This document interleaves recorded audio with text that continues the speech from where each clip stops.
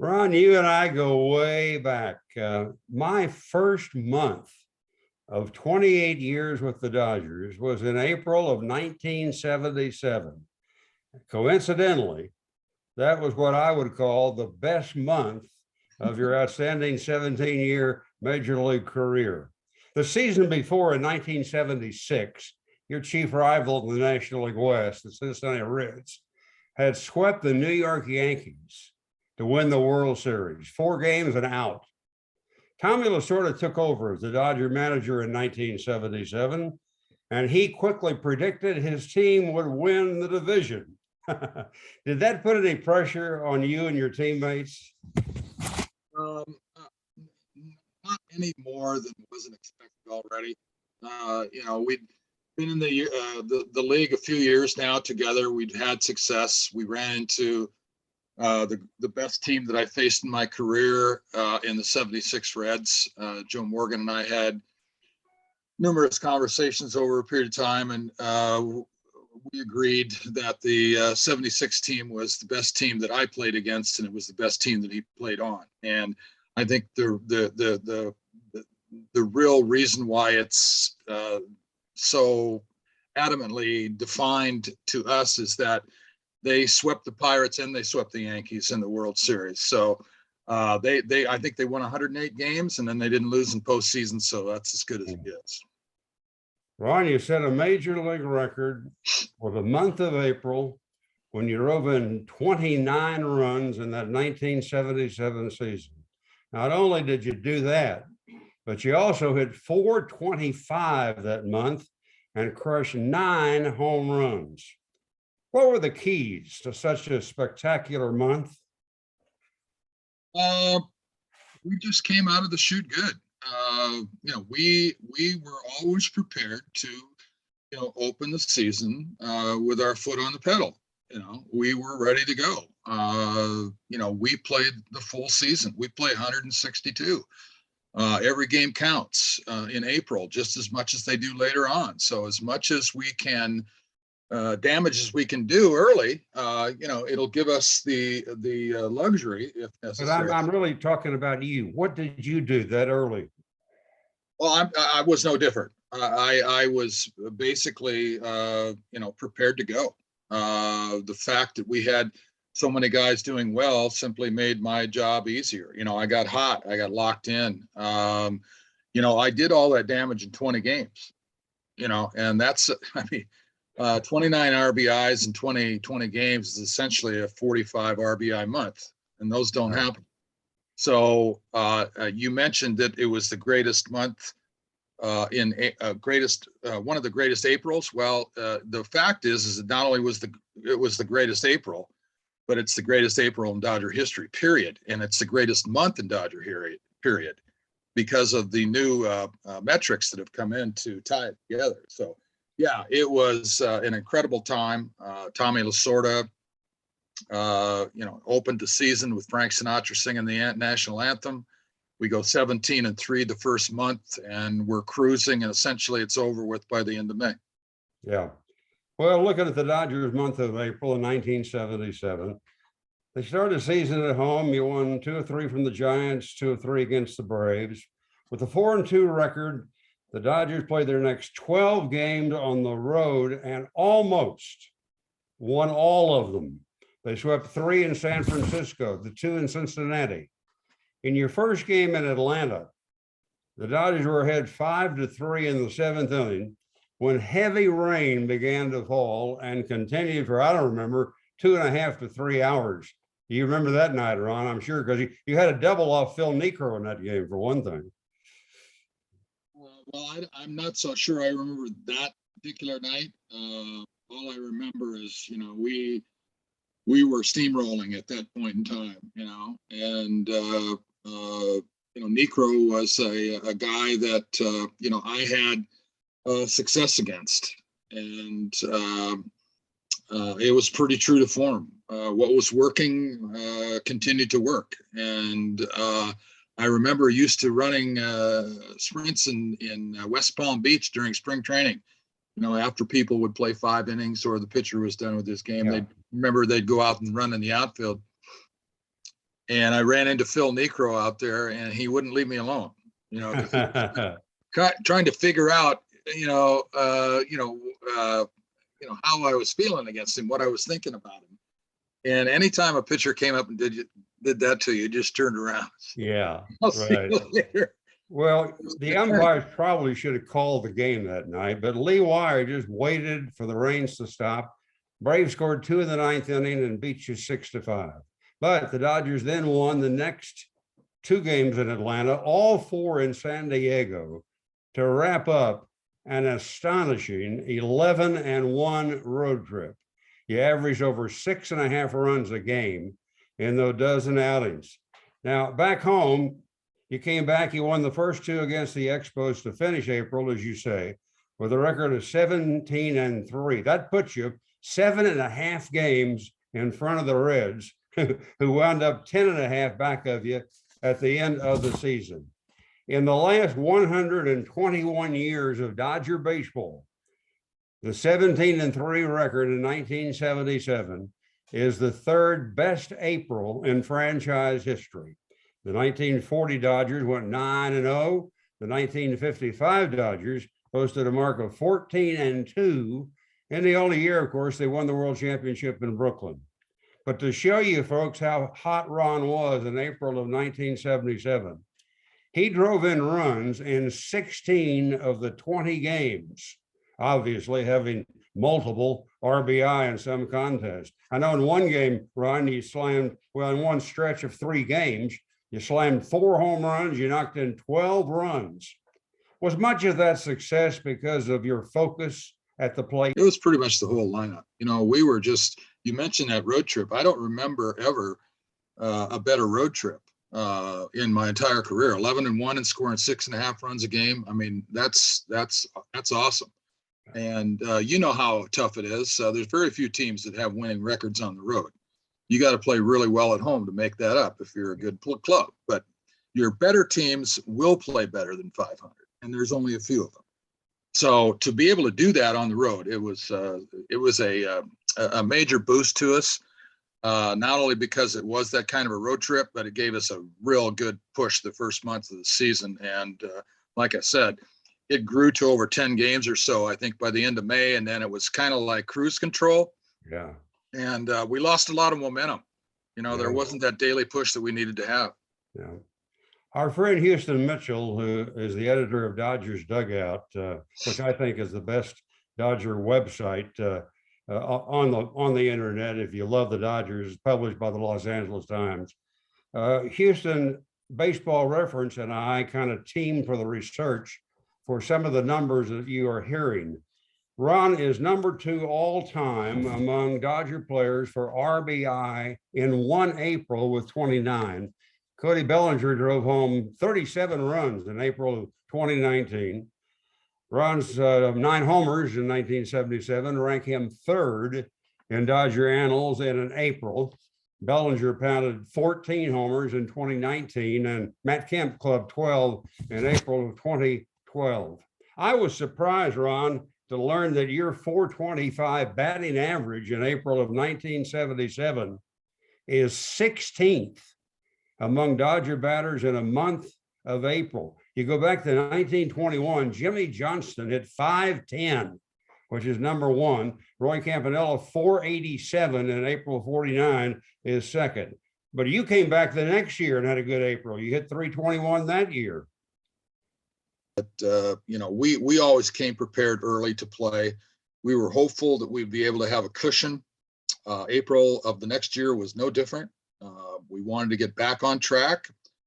We had gone to the World Series again, and our focus is again returning to the World Series. So, it's still the Cincinnati Reds that are, our formidable foe. But the Giants are also improving, and I think '78 was a year that they made a big improvement in our overall in the overall standings and battled us. I think pretty much to the end. I think we really caught fire in mid-August of '78 and finished on a high note and ran away with it. We won both years by about the same margin, 10 plus. One more note. How many Dodgers have batted 300 or higher in one April?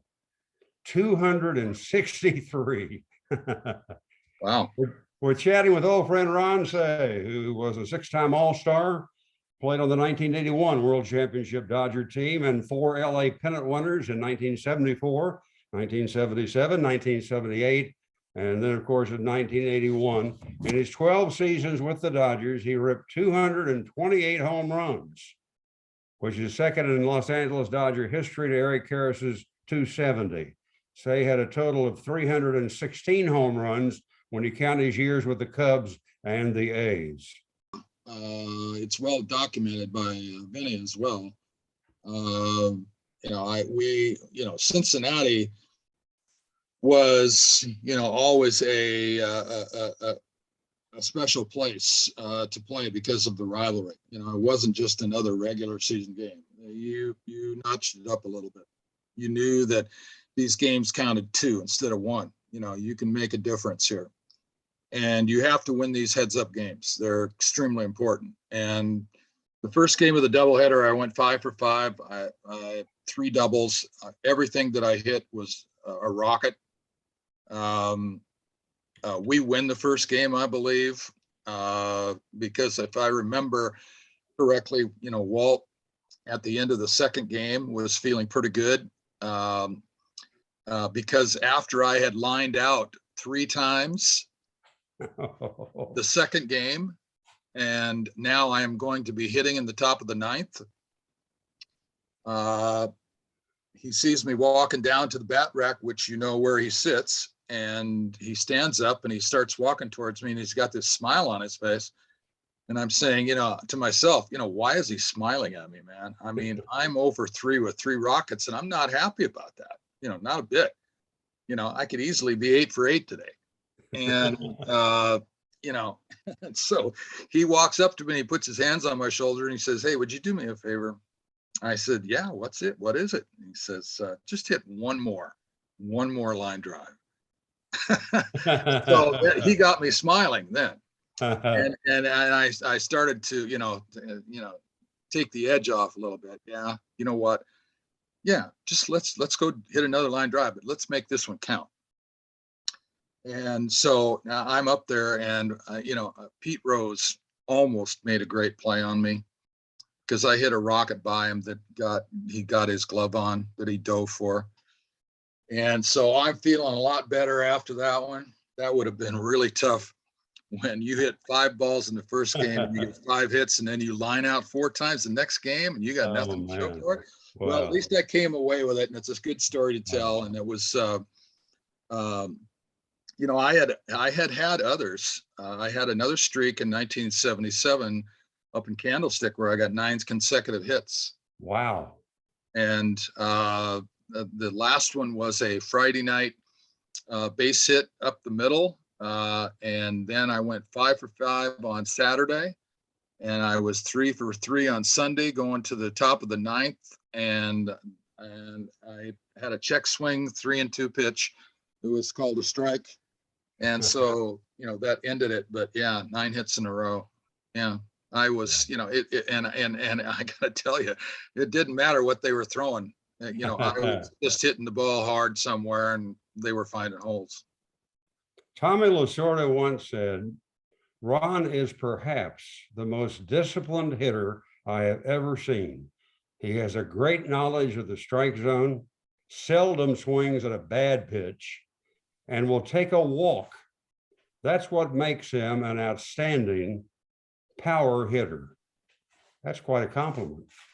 It is. And, I can, say thank you very much. Appreciate that, which I do. Even as disciplined as I was, because I do have over 1,000 walks in my career. My career average was probably 90 walks a year. So I had an on-base percentage that was better, a lot better than most. And so I was creating opportunities. When I got on base, they weren't asking me to steal bases. I'm not your sprinter here. My job is to get on base. and then we play some baseball. And so therefore I was creating a lot of situations. And it's one of the reasons why I thought I should have been hitting higher up in the order, because my on-base percentage, I created walks. I thought I should have been more centered at the 4th spot rather than the 5th spot. As you well know, Garvey and Buckner, when I started playing with those two in the beginning, neither of them walked. And so I got stuck a lot of times, not necessarily stuck, but circumstantially, instead of hitting with people on base, if I had been moved up possibly, I had to lead off a lot of innings. And so therefore some of that you have dual responsibilities now. You're trying to, the worst thing you have multiple options now. You're trying to get on base, period. And that makes you a little bit more selective as you go along. Ron, what did Tommy Lasorda mean to your career? Well, he was a guy that I think his best assets were to identify talent, recognize the talent. And when I came in 1968, we had that incredible draft. 11 major leaguers, possibly 12 major leaguers came out of that draft. Wow. And that's why it's considered the greatest draft in Major League Baseball history. You have to have success after the fact, but we did. And there was a ton of them in there. I won't start naming them, it'll take too long, but it was a great group. And they actually, were part of the nucleus that made this Dodger team great. And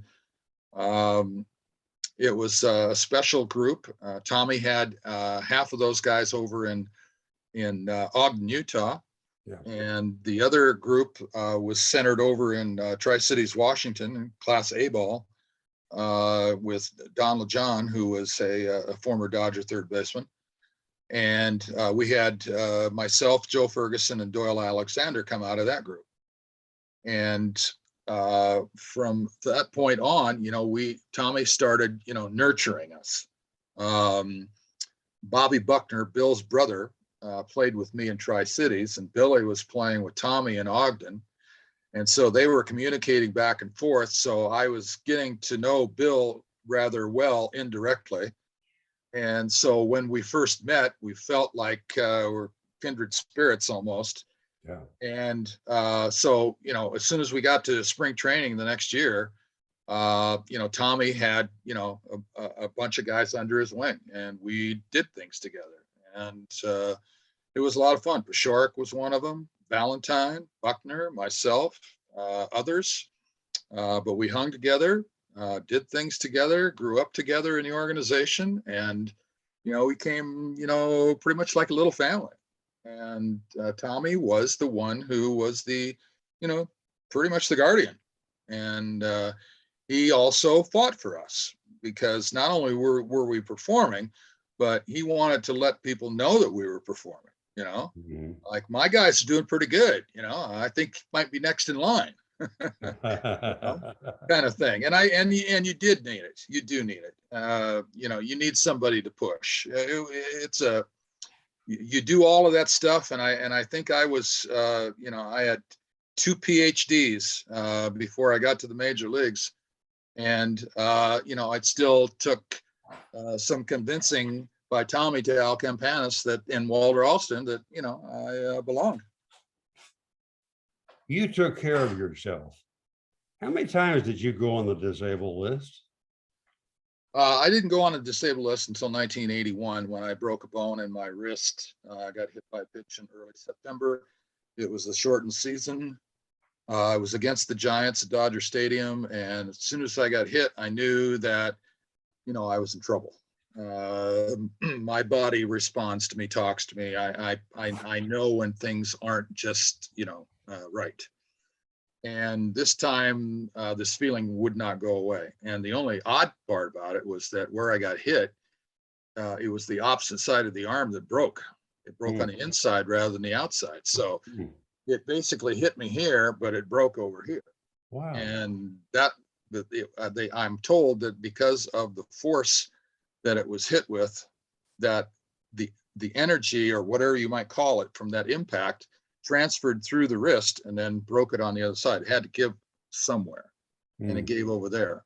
But went on the DL. I was on for 3 weeks, and that's the only time that I was on the DL in my career. Amazing. When it came to physical training, what did you do that took up most of your time? I cross-trained. My daily workouts were pretty much aerobic. I took classes. I rode the bike. I even rode. I had a rowing machine at the club, so I tried that a little bit. I played some racquetball. I started learning how to play racquetball a little bit, playing in the afternoons, maybe a few times a week in the beginning. I ran Calabasas Lake. You know where that's at?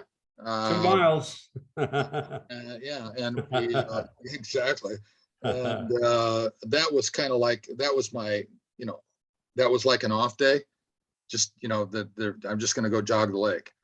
And in between time, we had a basketball team that Tommy Hawkins had for us in the off season. So we would go and play charity events at some of the local high schools. And Davey would play, and Monday would play, and Jaeger would play, and some others. And the Hawk would have this big trailer van that we rode to the games in, and it was donated for the events. But it was great to have that. We had fun going back and forth. Tommy Hawkins was one of my dearest friends, one of the wonderful people I ever met. Yeah, he did a great job, trying to, improve the alumni situation at Dodger Stadium, get their better benefits, and did what he could. But yeah, he was. I enjoyed my time with Tommy. In the 1977 season that we have focused on, Ron, you achieved career highs in home runs with 30 and RBI with 110. You also hit 308 against the Phillies in the NLCS. Not only did you slug 30 home runs that year, but so did Reggie Smith, Dusty Baker, and Garvey. That was a major league first. 4 teammates drilling 30 home runs in the same season. Amazing, wasn't it? It was, and it came down to the last at bat of the season at Dodger Stadium. Dusty Baker, I think, was the only one that was left in the lineup that was a regular. At the end of the game, we're playing Houston, and James Rodney Richard was throwing a good ball game again against us. And Dusty was in there trying to hit his 30th home run to make this possible. And that picture that you just posted up there? Yeah. You want to know the reality of this? Yeah. That picture was taken before we did it. Yeah. And it went down to the last day of the season, and the last at bat of the season, and Dusty Baker came through. So there's a picture that you may never have seen before. Did you hear the story about what Reggie Smith did on Friday night to start the series when he picked up the phone and called the Houston clubhouse and asked for James Rodney, and he got JR on, and he said, James Rodney, I just want to tell you that Dusty's over here bragging that he's going to hit his 30th home run off of you on Sunday. and then Reggie went back and told Dusty, and Dusty said, Reggie, you're going to get me killed. I had heard that story, and it most likely is true, without a doubt. I think Reggie would call JR and say that, and I think Bake would probably respond the same way. And I mean, now the drama really is up there. Now you really stack this. Now he's coming up for the last at bat in the last game, and he said Reggie told JR I was going to hit a home run. Another thing about that game, though, that was interesting to me. Glenn Burke, Manny Mota, and Dusty all hit home runs. I don't know if it's the same inning or not, but James Rodney still won the game. Yeah, he was one of those guys that gave us a lot of trouble. Actually, I'm really surprised that you told me that. Mota doesn't hit home runs. Glenn doesn't hit very many. And Dusty was the guy who did. And against JR, that's a feat. Okay. He would be one of the tougher pitchers, I would think, for anybody to hit a home run off. Yeah. In 1981, your dream came true. The Dodgers overcame a 2-games-to-none deficit to defeat the Yankees in the World Series. You were honored as one of the tri-MVPs of the Fall Classic with Pedro Guerrero and Steve Yeager. And you got the Babe Ruth Award, which is presented annually to the best player in the postseason. I thought your diving catch of Bobby Mercer's sacrifice bunt attempt in the 8th inning of Game 3 was the key play in the series. The Dodgers were ahead 5-4. You were down 2-games-to-none. Yankees had runners at second and at first, nobody out. And after you made that sensational catch, you got up, doubled the runner off first base, and New York did not score. Fernando Valenzuela pitched a complete game that night at Dodger Stadium, although he allowed 16 base runners, 9 on hits, and 7 on walks.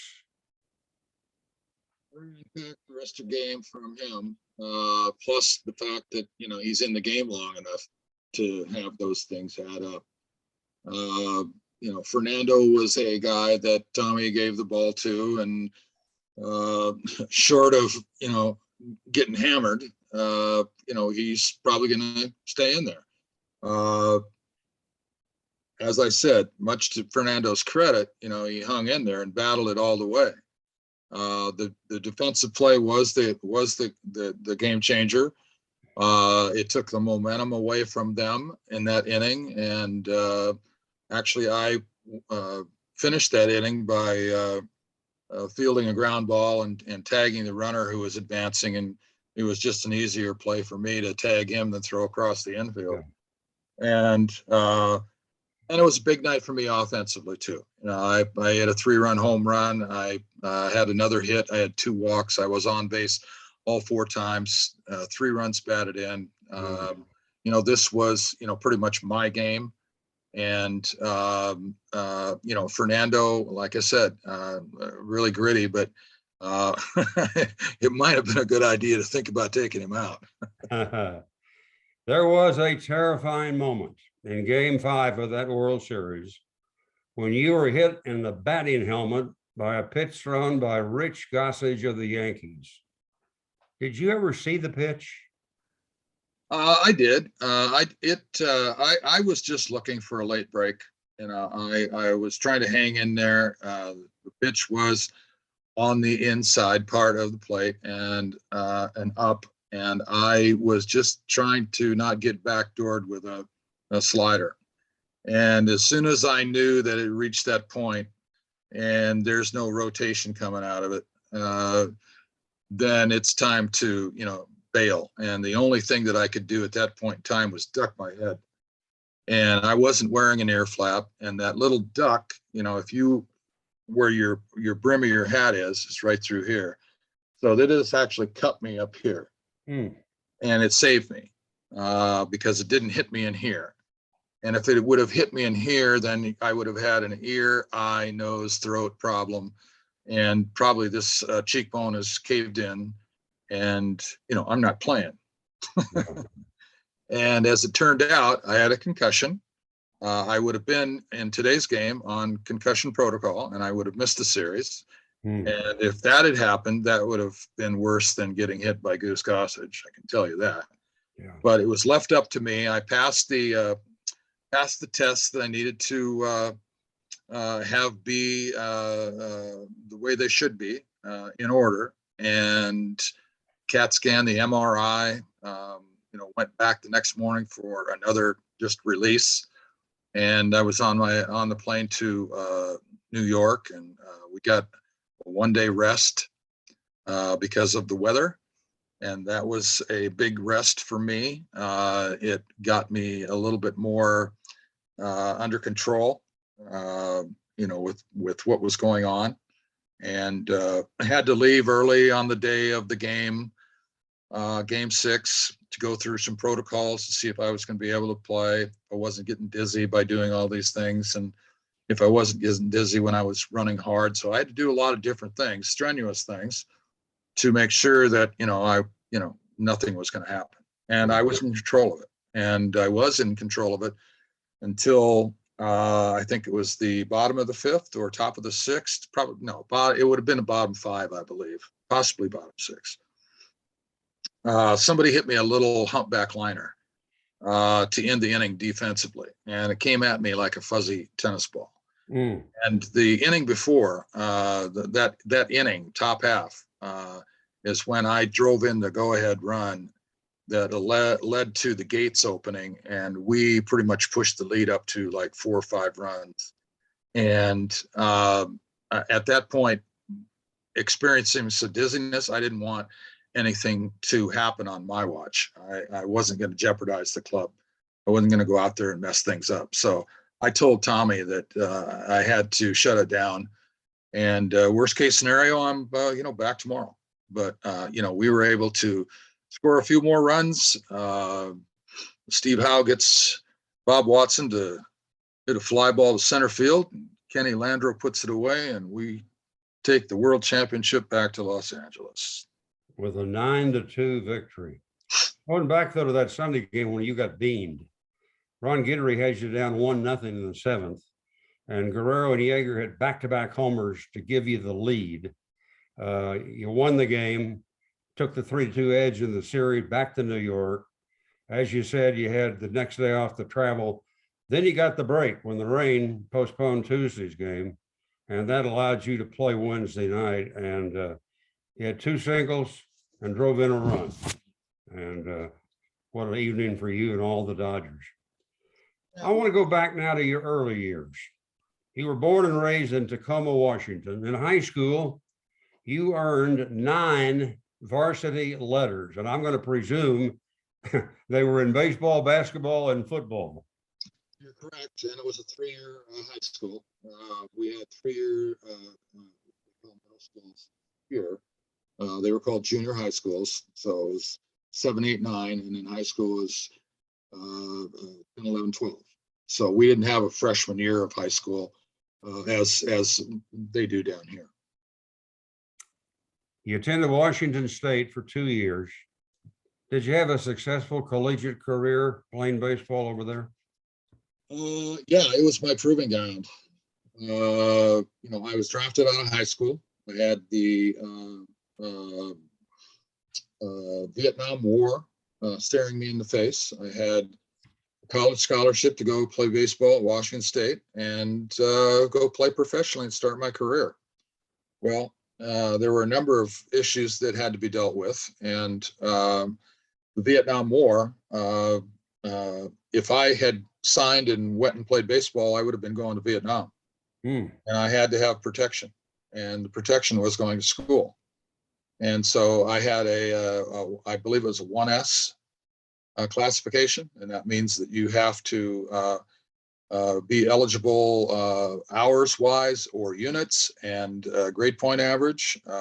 Otherwise, you are out, and then you are draft eligible.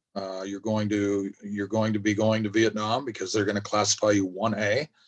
And back then, you went and did your basic training, your AIT, which is advanced individual training, and then you went to Vietnam.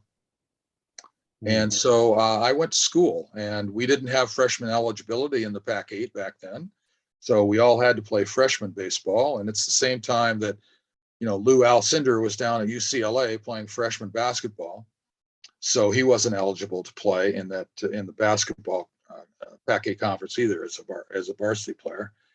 And so we all had to wait 1 year. And then after my sophomore year, I knew that my time was there. I had I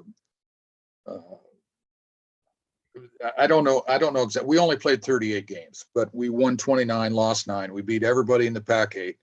We had a very accomplished club. We had 7 guys off of this team that signed professionally. 2 of them made it to the major leagues. One of them was my best man in my wedding, and my good friend from my childhood days. Grew up together. He was in the outskirts of Tacoma, living in Lakewood, and he was a first-round draft pick. And so, yeah, I signed with the Dodgers and started my career. And, I think I'm one of the only guys in this organization, or only guy, that has won at every level of competition. Winter ball, instructional league, Class A, Class AA, Class AAA, major leagues, you name it, all-star at every level. And that's why I said I think I had a PhD in there for a while, that wasn't being honored. Many people think that Tommy Lasorda gave you your nickname, but he didn't. It was your college coach, Chuck Bobo Brayton. How soon after you got to Washington State did he start calling you Penguin? Well, it wasn't too long, because actually I had been school was going to start, my freshman year was going to start probably at the end of September in 66. And we were in a baseball tournament in Battle Creek, Michigan. We were playing in the Stan Musial AABC semi-pro bracket of semi-professional baseball.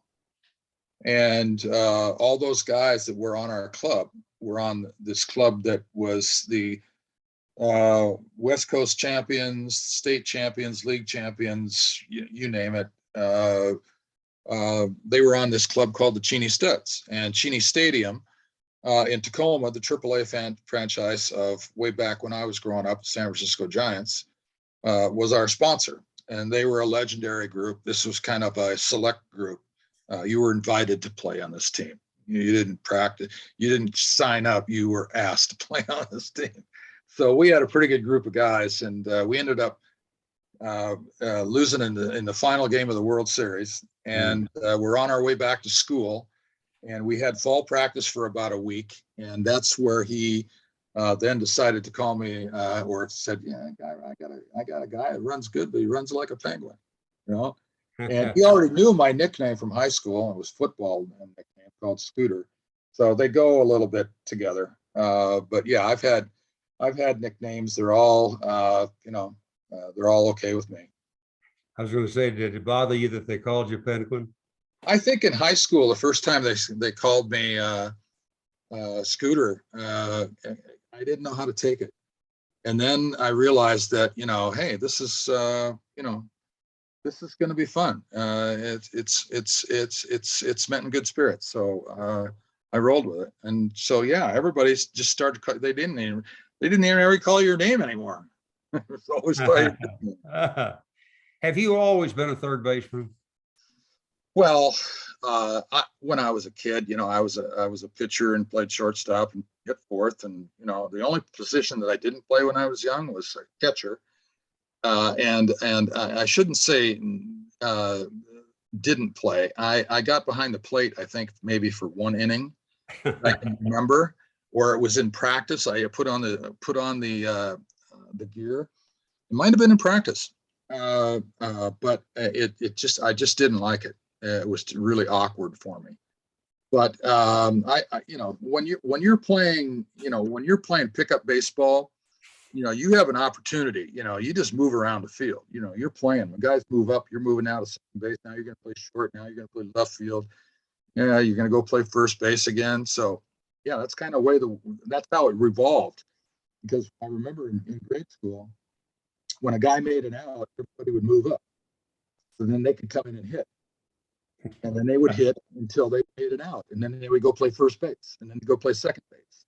So that's kind of how it evolved. So I learned through a process of elimination that third base was going to be my position. And I remember, playing a little bit of second base in a AAA game, because one night we decided to draw the lineup and the position out of a hat. Yeah. And so it was like, we're going to do this. Now, I understand that, we had already won the league championship. So these last few games that we were playing, to, have a little fun with things, we did stuff like that. And that was Lasorda's idea. And I think that one night I hit eighth and batted and played second base.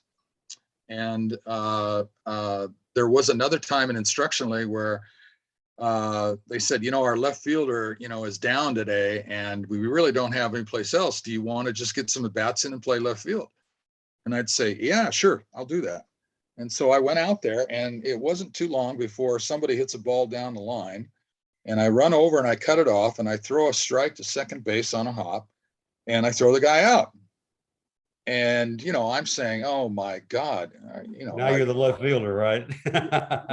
are you out of your mind? Why didn't you just airmail that thing? This is just practice, And, I'm saying to myself, I said, oh my God, now they're going to think I can play left field. Yeah, right. Yeah, exactly. And Monty Baskel actually came to me in this time as well. And way back then, the Dodgers were all about versatility, right? Yeah. They wanted to have as many guys play as many different positions that they possibly could. And Monty said, with your bat, he says, you might get to the big leagues in a real hurry if you can catch, because we didn't, it is back then, you didn't have too many pitchers, catchers rather, that had a big bat. And I told Bonnie on the spot, I said, Bonnie, look, if I can't play third base every day in the big leagues, and you can put me wherever you want, but until that happens, I don't want to touch that place. Yeah. I didn't want to get behind that plate at all. And I love the guys that go behind there, but that's not a job for me. And Ron, I have always said that the easiest way to get to the major leagues, if you have the talent, is to either be a left-handed pitcher or a catcher. Well, back then, I would say no question that those would be two. There's not a lot of guys that catch that great. Okay, and if you can become a really good defensive catcher, and you can hit just a little bit, you're going to play a long time. Okay. I think the rotation for us was then when we were struggling offensively, Joe Ferguson was doing more of the catching. And when we were going like we should be going, then we pretty much, Yeager was behind the plate. Okay. And Yeager caught more of the games, but we also found, a place for Fergie's bat. And it was in right field. And, Joe had such a great arm. He and Yeager had the two best arms, any catchers, put them up against anybody. And back then, and we had, Reggie had a great arm in right field. We had some really talented athletes. I felt like we had some, essentially in '81. I think every member of the team, with the exception of Yeager, was every guy on our roster was an all-star caliber player. Wow. The Dodgers drafted you in 1968. Between 1958 and 1972, the Dodgers had 42 men play third base. And then in 1973, you took the position. Steve Garvey was shifted from third base to first base. Bill Russell and Davey Lopes were moved from the outfield to shortstop and second base. And you four played together on the Dodger infield for a major league record 8.5 years. Ron, I don't think that record is going to ever be broken. I think free agency, for one thing, would not make it possible, don't you? Durability, individual success, team success, free agency, arbitration. anything can come in there and, mess it up. The fact that the nearest competitor, I believe, was the Cubs unit of Billy Williams, Glenn Beckert, Don Kessinger, Ron Santo. I think they may have played a little over 4 years together. But we, by fact, are the most successful infield in Major League history. Yeah. Right. Nobody has won more games, participated in more All-Star games, played in more World Series, a World Championship. Every member of the infield is a multiple-time All-Star. Pretty much, if you go back in Dodger history, LA Dodger history, you will find that these guys are the league leaders at their positions and games played and this is and that's and whatever. And they've etched them. We have etched ourselves into a position where, we have a permanent place in Dodger history and Major League history. This won't be done again. Right. Today's guys don't stay 5 years in one place before they're in and out. So that record is safe. I'm not even remotely concerned about it, but it's really nice to know that we did something special, just like the Brooklyn Dodgers did something special during our era and our time here to do something special for the organization. We honored it. We had a major league attendance also, first time ever, 3 million, 1978. That's they live in our house. We built this house. Yeah. And the fact that we had the first 30 home run foursome, all of that is part of our legacy. And we did it together. The infield did it together. The foursome did it together. It was really a special time. And we had, Cy Young Award winners. We had Rookies of the Year, MVPs, World Series MVPs. We were really, we had a very special relationship. I'm honored to have been a Dodger. I'm glad that we could have entertained our fan base as well as we did. I know they got a lot out of it because we hear about it all the time, but it was just a great experience, an irreplaceable experience. I want to share a story. Ron, you'd have to tell us what year it was, but you recorded 2 songs. One song was titled Playing the Third Base Bag, and the flip side might have been a One Game at a Time, maybe. Was Correct. That it? That's correct. Anyway, that year at spring training in Vero Beach, they would play your record between innings, and they could hear you singing. One afternoon, my wife, Lynn, was seated with your wife, Fran, and Fran's father in the stands during the game. Sure enough, over the loudspeaker, here came Ron's voice singing the lyrics to Playing the Third Base Bag. At one point, while the song was being played, Fran's father leaned over and said to my wife, "Is there anything this boy can't do?" Are you still receiving royalty checks for your songs? It did happen. That's true. They did play it. There was another incident that took place during that time as well. Fran was at another Sunday game, and we're always at home on Sunday in Vero to broadcast the game back to Los Angeles. And she's there with her folks and some other friends, and there's a lady and her husband sitting behind them, and my tune comes on. The lady turns to her husband and he says, "Honey, is that Glenn Campbell?" Not all of Ron Cey's achievements in his life have come on the baseball field. Last September, Fran and Ron celebrated their 50th wedding anniversary. Their 2 children, Amanda and Daniel, honored them. We have spent much of our time today talking about Ron's accomplishments in April of 1977. What is not generally known is that of the 9 Dodger starting players on opening day in 1977, 8 of the 9 went through divorces. The only couple still together 45 years later are Fran and Ron Cey. Congratulations. Thank you very much. I don't know how she did it. I'm amazed at how she did it. She's put up with me for 50 years now. It's gotta be a miracle. We've had a great time.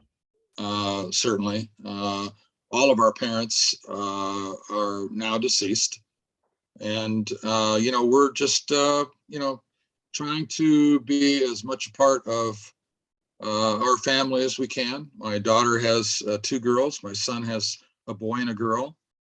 And during the time of the pandemic, my son's kids are in the neighborhood, but it was a great time. It really broke up the days for sure. But yeah, I'm very fortunate. I've got a beautiful family. I got some wonderful kids. We're hoping that we can have some good health, maybe another 10, 20 years, maybe stretching it, but I'm hopeful to grow with the lives of my grandkids, and I'm looking forward to it. How old are the grandchildren? Oldest is 7, youngest is 3. Wow.